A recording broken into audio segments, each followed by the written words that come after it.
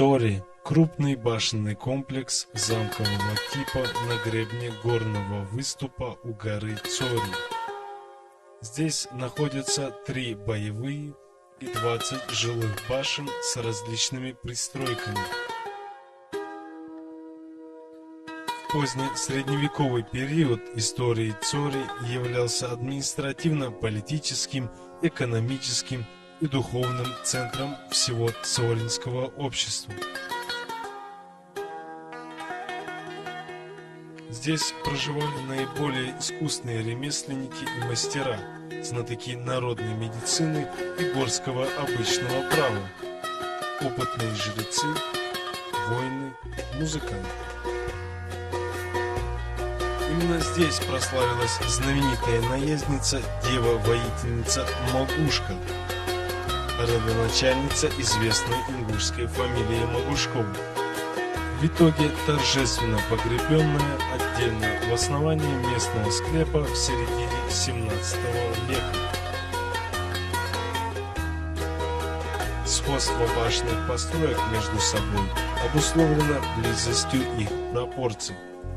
Надо думать, местные зодчие имели представление о модуле, мере, с помощью которой выдерживалась пропорциональность частей постройки.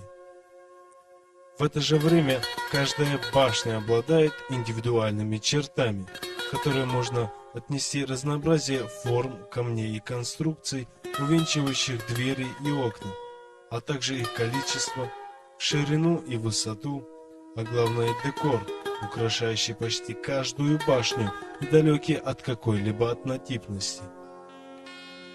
Декор на башнях – это прежде всего чисто архитектурные элементы, рисунки, высеченные на обычных строительных и арочных камнях, петроглифы.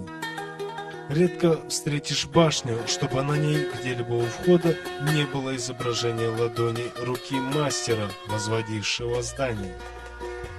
Такое изображение являлось своеобразной гарантией его прочности, что и подтверждено временем. Многие башни пережили своих создателей на несколько веков.